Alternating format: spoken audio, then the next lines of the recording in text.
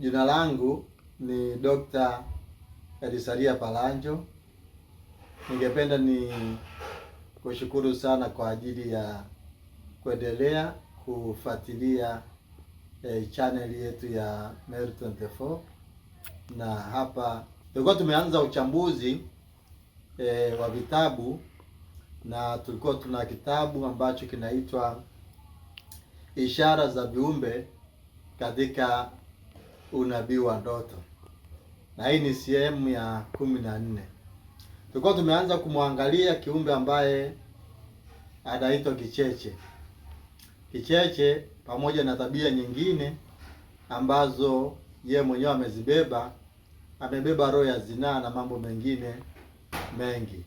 Sasa katika sehemu hii ya 14 tutaingia kwenye ndoto, kuangalia ndoto zile ambazo mtu wa binadamu anaweza kuota, lakini zimeunganishwa na kiumbe ambaye ni kicheche. Unapoota kicheche anafanya zinaa, maana yake Mungu anakupa onyo juu ya maisha yako ya kiroho, kwamba uwe makini na roho ya zinaa. Kumbuka kwamba kicheche ni mfalme wa zinaa. Kwa hiyo unapomuona anafanya zinaa, basi Mungu anakupa onyo kwamba uwe makini kwenye eneo la zinaa. Lakini pia ndoto ya pili, ukiota kicheche ananyang'anya kuku vifaranga au anaiba kitu chochote, basi hiyo ni ishara ambayo Mungu anakupa ya kwamba anakuonya kuepuka tamaa za dunia, kwa maana tamaa za mali ambazo si za haki, au kufanya mambo mengine yoyote kwa ajili ya kulazimisha vitu kabla ya wakati wake. Sasa hapo Mungu anakupa onyo, anakuambia usiishi maisha yanayofanana na kicheche. Kwa hiyo ni vema unapoona ndoto kama hizo ukae utafakari ni wapi ambako umeingia ambako sio sahihi. Lakini pia ukiota kicheche anakula mizoga, uchafu, Mungu anakupa onyo ya kwamba uwe na umakini na maisha yako ya kiroho, kwamba kuna vitu vichafu.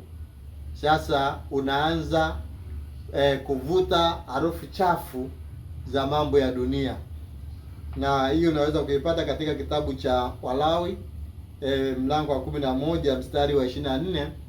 Unaweza kumuona maisha ya kicheche. Lakini ukiota kicheche anakufukuza, ni ishara ya uwepo wa marafiki wabaya.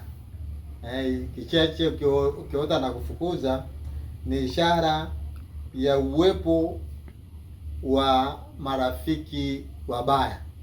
Sasa pamoja na ndoto hizi, ziko ndoto nyingine nyingi ambazo zipo katika kitabu hiki na zina tafsiri ya kimaandiko. Kama ungependa kujifunza zaidi kuhusu habari ya wanyama mbalimbali na ishara zao, basi unaweza kununua kitabu hiki ambacho utakipata kwa bei ya shilingi 10,000 kwa nakala moja, lakini soft copy pia unaweza kuipata kwa shilingi 5,000. Na tutakupa namba ambayo kama ungependa unaweza kuuliza. Lakini pia ukiingia kwenye bookshop mbalimbali huko mjini, unaweza kuuliza kitabu chochote ambacho kimeandikwa na Dr. Elisaria Palanjo. Itakuwa ni njema sana kwa ajili ya kuendelea kuubariki ufalme wa Mungu. Asante.